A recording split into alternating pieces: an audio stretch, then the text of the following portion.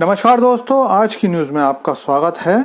दोस्तों, 4 साल पहले की ही बात है जब चीन से पिछले 100 सालों की सबसे बड़ी महामारी कोविड-19 ने जन्म लिया था और देखते ही देखते पूरी दुनिया को उसने अपने लपेटे में ले लिया था, जिसमें वर्ल्ड हेल्थ ऑर्गेनाइजेशन के अनुसार 77 करोड़ से ज्यादा लोग इन्फेक्टेड हुए और लगभग 69 लाख से ज्यादा लोग मारे भी गए थे। लेकिन आज मैं अचानक इस विषय को आपके सामने क्यों रख रहा हूं? तो दोस्तों, इस विषय को रखने की वजह यह है कि चीन में अचानक से एक रहस्यमय निमोनिया ने हजारों बच्चों को अपने लपेटे में ले लिया है और इस खबर के सामने आने के बाद पूरा विश्व इस पर चर्चा करने लगा है। तो क्या है सारी खबर, चलिए जानते हैं। लेकिन आपसे रिक्वेस्ट है कि चैनल को सब्सक्राइब कर लीजिए, क्योंकि यहाँ आपको डिफेंस, फाइनेंस और फॉरेन पॉलिसी पर वीडियोस रोज मिलते हैं। तो दोस्तों, पिछली शताब्दी तक लोगों में अचानक बीमारियां फैलती थीं और उनकी सही स्थिति और गंभीरता के बारे में लोगों को पता नहीं चल पाता था। इसीलिए 1994 में एक इंटरनेट सेवा को लॉन्च किया गया और उसका नाम था प्रोमेड। प्रोमेड को न केवल इंसानों बल्कि पौधों और जानवरों में होने वाले संक्रामक रोगों और विषाक्त पदार्थों से संबंधित असामान्य घटनाओं की पहचान करने के लिए बनाया गया था। और तभी से ये संस्था अब तक सार्स, चिकनगुनिया, इबोला, जीका और हाल फिलहाल में कोरोना जैसी खतरनाक बीमारियों के बारे में लोगों को सबसे पहले आगाह करने वाली संस्था बनी हुई है। और अब इसी संस्था ने चीन में फैल रही रहस्यमय निमोनिया के बारे में चिंताएं जारी की हैं। दरअसल खबर आ रही है कि पिछले 2 दिनों से चीन के अस्पतालों में बच्चों की लंबी लंबी लाइनें लगी हुई हैं।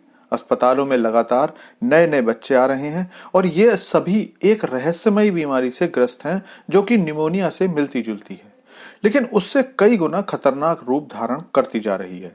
कोविड के दौरान विश्व की आलोचना झेल चुके WHO ने भी सांस संबंधी बीमारियों के बढ़ने, निमोनिया के तेजी से बढ़ते हुए केसेस को देखते हुए गुरुवार को नई महामारी की आशंका जताई है।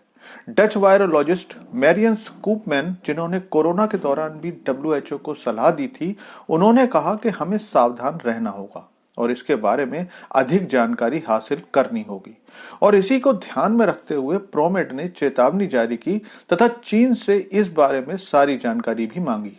चिंता की बात यह है कि अलर्ट करने के लिए जिन शब्दों का प्रयोग किया गया है वो 30 दिसंबर 2019 को कोविड के बारे में भी जारी की गई चेतावनी में प्रयोग किए गए थे और दोनों चेतावनियों की समानता से हड़कंप मच गया है, क्योंकि यही माना जा रहा है कि अचानक से बीमार बच्चों की संख्या हजारों में पहुंचना किसी दूसरी बीमारी की वजह तो नहीं होने वाली है, या फिर ये दोबारा कोविड-19 के आने का ही संकेत है।